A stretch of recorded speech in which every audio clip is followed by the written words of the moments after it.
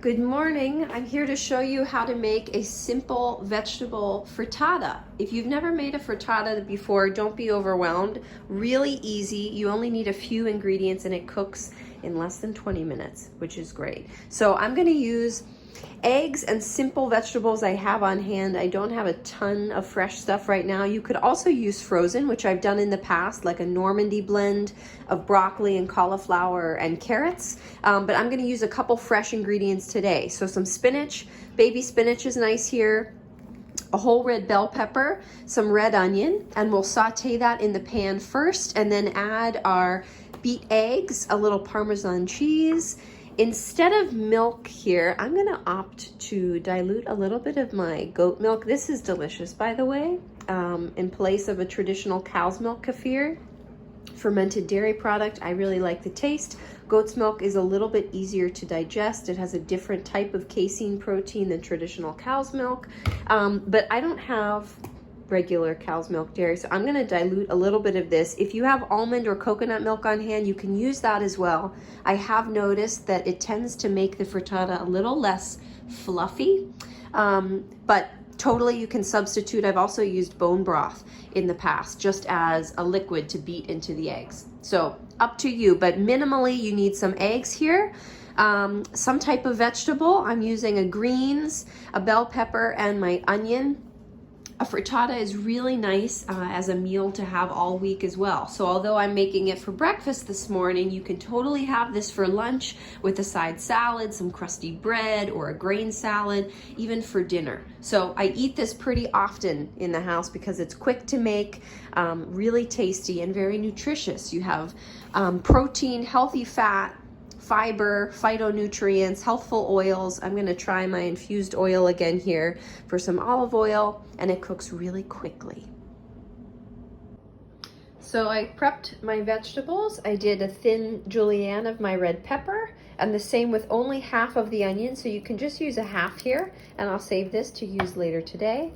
I also cracked my eggs, so I'm using 6 whole eggs, and then I used 6 additional whites. You don't have to use a whole dozen. I'm feeding a hungry man in here, and so I tend to use a few more eggs, but I did use half white, half yolk because I'm adding this goat's milk that's a full fat dairy product. So I want to minimize some of the added saturated fat because I am also adding a little Parmesan cheese. So you can use half and half here.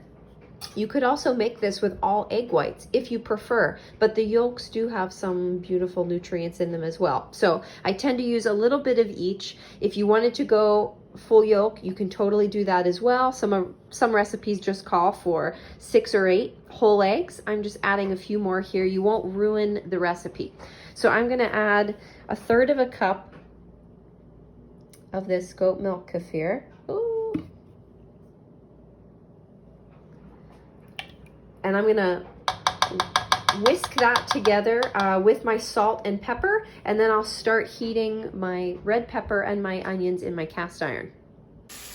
I've got the peppers and onions going on the stove top here. So I'm just gonna cook these until they're a little caramelized. The onions are mostly translucent and they're soft. So you just need a little oil in your pan to saute those, and then we'll add the spinach just to wilt it briefly before pouring in the egg mixture. And then the rest of this will cook in the oven for the remainder of the prep period here. So just the vegetables are going to cook on the stove top, and then the eggs will bake in the oven. So if you're using other vegetables, you can do the same process here. Things like mushrooms would be really tasty. If you have leftover vegetables, a frittata is actually a really awesome way to repurpose those. So I like this recipe for a lot of reasons. And one is that I can use already prepared vegetables in this and have a new meal. Looks good. So I'm gonna add my spinach, and a cup or 2 is good. I tend to just not use a measuring device when I'm using greens because you really can't go wrong with a few more. They wilt down a lot, so if you add a little bit more, it's not going to destroy anything here. So I'm going to add all of these. This is probably a little more than 2 cups.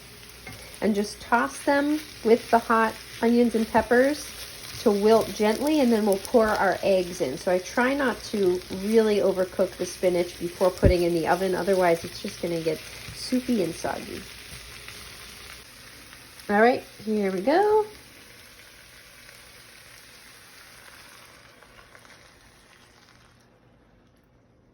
Awesome. So once your egg mixture is in, all I'm going to do is top it with a little bit of my parmesan. I'm not going to use a ton. You can always add more later depending on taste, but just add a little bit to the top. If you want to add any like red chili flakes or more cracked pepper here, you can do that, and I'm going to put it in the oven. Okay, it's been about 15 minutes, so what you want to look for is no movement. The eggs have been set.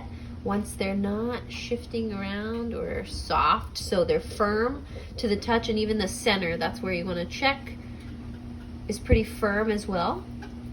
So it looks like everything's mostly cooked through. I'm going to turn on the broil function for just a couple minutes to brown the top a little bit, but otherwise it's good to go. All done.